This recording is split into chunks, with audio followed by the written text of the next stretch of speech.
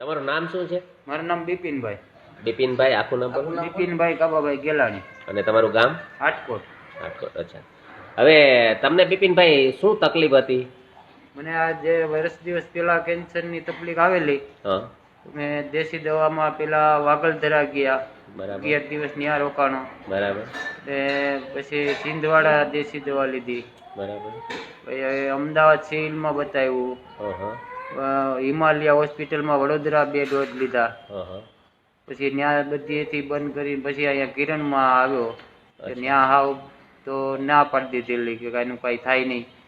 અચ્છા. અને પછી ત્યાં ડોઝ લીધા, ડોઝ 2-3 ડૉક્ટરને સલાહ લઈને અને ત્યાં ડોઝ લેવાનું ચાલુ કર્યું. તો ત્યાં પેલા 90,000 વાળા 6 ઇન્જેક્શન લીધા, અચ્છા.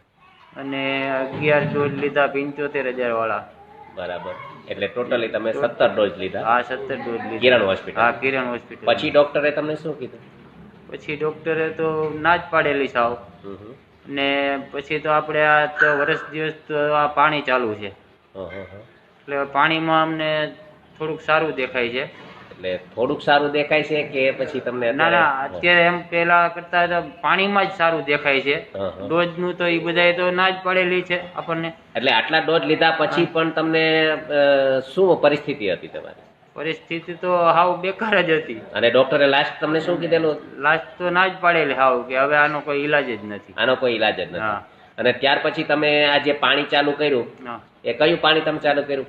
Kangen water? હા, કેંગન વોટર. અચ્છા, કેંગન વોટર. વર્ષ દિવસ ત્યાંથી ચાલુ જ છે પાણી. અચ્છા. એટલે એ પાણી જે તમે પીવો છો ત્યાર પછી અત્યારે તમારા હમણાં જે લાસ્ટ રિપોર્ટ કરાવ્યા, મેં એવું સાંભળ્યું છે કે છેલ્લા રિપોર્ટ તમારા બિલકુલ નોર્મલ છે? હા, નોર્મલ આવ્યા છે રિપોર્ટ બધા. હા, તો એ રિપોર્ટો લાસ્ટ તમે ક્યારે કરાવેલા છે? લાસ્ટ તો 2 મહિના પહેલા કરાવેલા છે અને પાછા અત્યારે કરાવવાના છે.